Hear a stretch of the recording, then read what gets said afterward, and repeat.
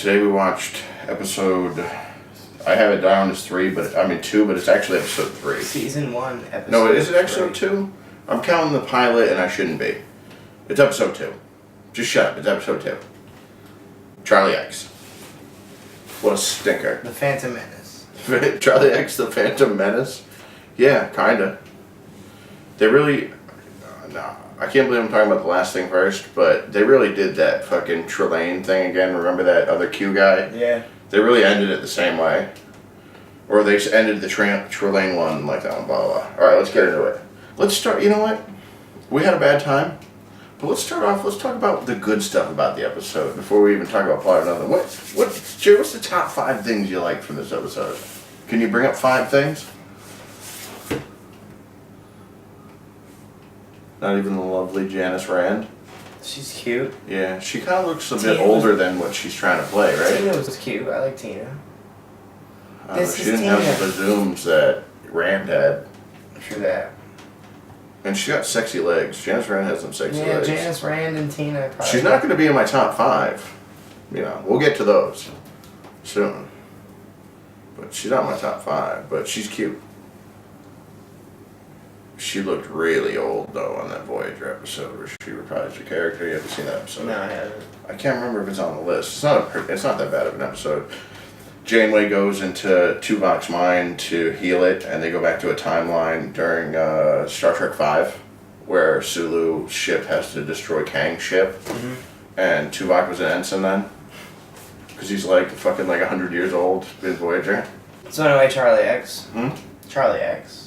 So the episode opens with Kirk and some other guy ready to receive a shipment of a person from the USS Antares, which is a small research vessel. Is that what it was? And so they receive this 17-year-old kid. His name's Charlie what? Charlie Evans? Was that his name? What are you laughing at? Just the whole episode. It's kind of funny how eager the Antares crew was to get rid of him. Like, no, everything's fine with Charlie. Nothing weird here. Hey, oh man, guess what? We really feel like you need a Charlie on your ship. You know what was good on our ship? Charlie. And we're at a point where we don't need Charlie anymore. So,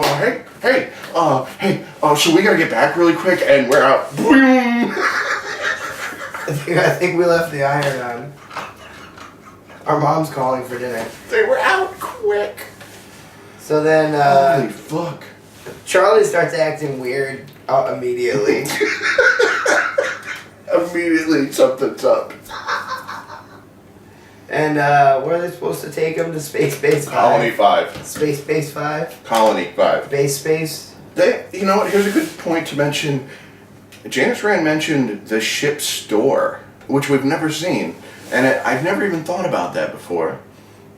Well, when she said that, did she mean a place you go and purchase things, or did she mean a storage, a store, that kind of store? Oh no, I really thought she meant they have a little you know how sometimes a church has a little. Do they have replicators in this Star Trek? No, they have a chef. Remember? Okay. Remember in the beginning of the episode he was talking about meatloaf with the cook? Oh yeah. Yeah, there's a cook.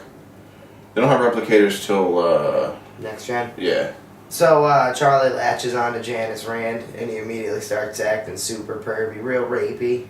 He's like, hey, have you ever had a space maniac inside you? And she's like, get out of my room! He's all like, I think I love you, so what are you so afraid of? Yeah, and she's like, well, you, because you're a creep. So McCoy and Spock try to enlist the aid of Kirk to be like a father figure to Charlie X. He's bothered both Kirk and McCoy by now, and they're all like, let's get Kirk to deal with this. He needs a dad figure. You're perfect. He's like, I don't know, guys. I don't know, boys. I don't want to deal with this. This is real creepy. She's like, come on, you know kids. You got nephews.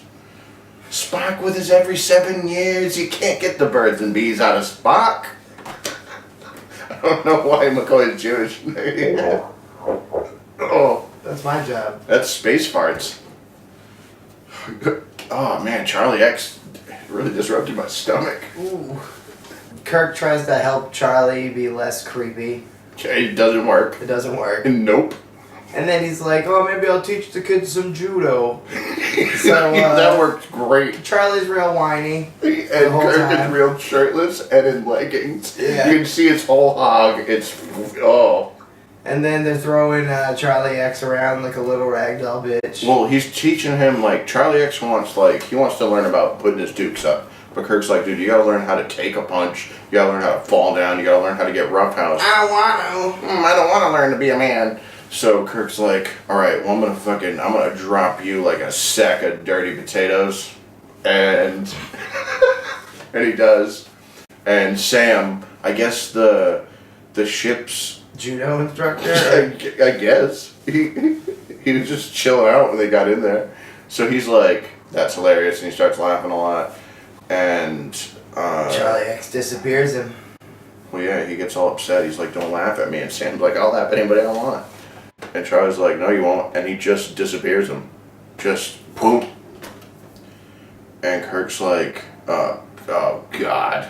There's way more than this than puberty. Jesus Christ, it's space puberty. With powers. Yeah. Now with powers. It's like, God damn it. So then he goes to Kirk and Spock, and they're like, no, you gotta deal with this. They figure out that he destroyed the Antares with his powers. Now with powers. Yep, and then they go, and then Kirk really wants to deal with it, and then they're like, no, It's he's too too powerful. late now. He's too powerful. Now with powers. Charlie X confronts Rand, and in a fit of passion, he sends her to the Forbidden Zone, or the Negative Zone, or whatever. Well, he comes in fucking guns Super blazing. creepy, He super comes in, he's creepy. like, you know what I want? It's you.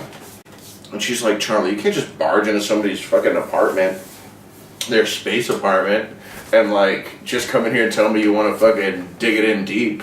That's not right. And he's like, but that's what I'm gonna do. And she's like, no, you're not. And he's like, be gone. No, she slaps him. Oh, I forgot she slapped him. Oh, she did. She gave him the fucking, yep. And then he got so mad. So then they go to change course. They don't want to take him to Colony 5 anymore. They need to keep him away from people. But then, as soon as they discuss that, Charlie's like, dude, I know what you're thinking. I read minds. I walk in here, I can hear you planning. You're not doing that. I'm setting the course back to it. And that's where we're going.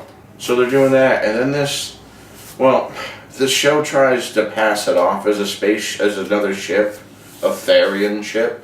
That implies they know this species. Yeah. Right? But they don't know anything about it. Fucking, just kill me. The ending was terrible. The Deus Ex Machina, them just showing up out of nowhere.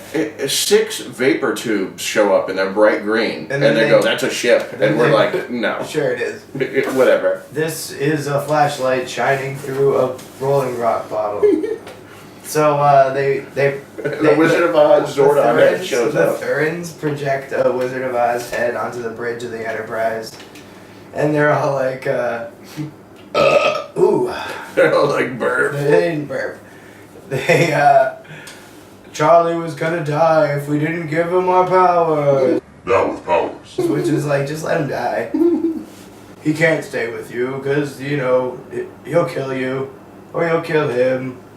The end. And Kirk, and nobody, by this point, nobody in their prize gives a shit. No, about Kirk kept Charlie. insisting that we can teach him to live with us. Yeah, but everyone else didn't give a fuck. No. Everyone else was like, dude, shut this motherfucker out. I would have coughed really loud to try to cover up what Kirk was saying. Oh, the security team, when they come to arrest Charlie X after he disappears the first guy, Oh, I they're forgot. not even wearing the same color uniform. Yeah, that's a set thing. Like, one guy's wearing, like, mom dungarees, and the other guy's wearing fucking tuxedo pants. Like, guy, I want to see their story.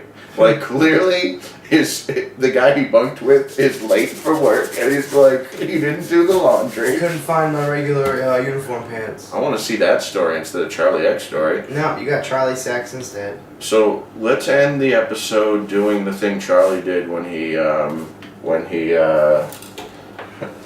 he used his powers. Now with powers.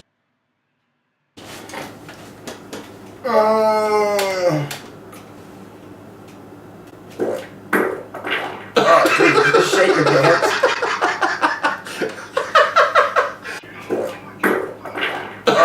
Just shake your pants. Glenn, what does it smell like? actually smells kind of good. Yeah, I've drank. It smells like Bullshit.